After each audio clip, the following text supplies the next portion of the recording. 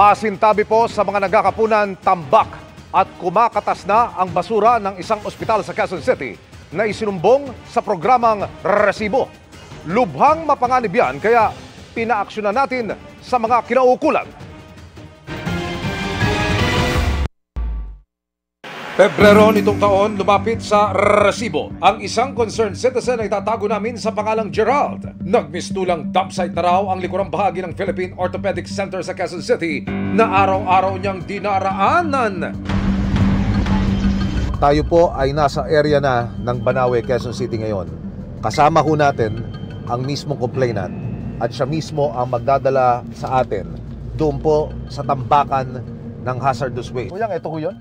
Ito ho. Opo. Yan po ay sardos na basura, kulay yellow.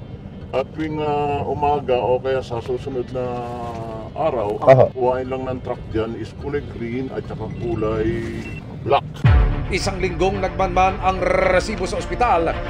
Sa pagdaan ng mga araw, tila hindi nababawasan ang nakatambak na sinasabing medical waste sa loob ng compound at kumakatas na ang mga basura.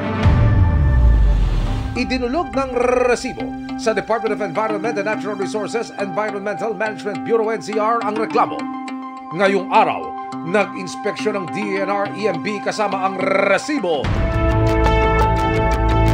Ayon sa ospital, may problema sila sa service provider na naghahakot ng kanilang pathological waste. Dapat nga daily dahil araw-araw tayong nagpo-produce ng basura, nag-generate ng basura. So, dapat araw-araw silang nagko-collect ko. Yun ang in-expect namin sa kanila. Gusto namin matapos to. Before kasi na nagkaroon ng issue, wala naman talaga yan for the longest time. Ngayon lang. Primarily, pagkukulang ito ng ospital.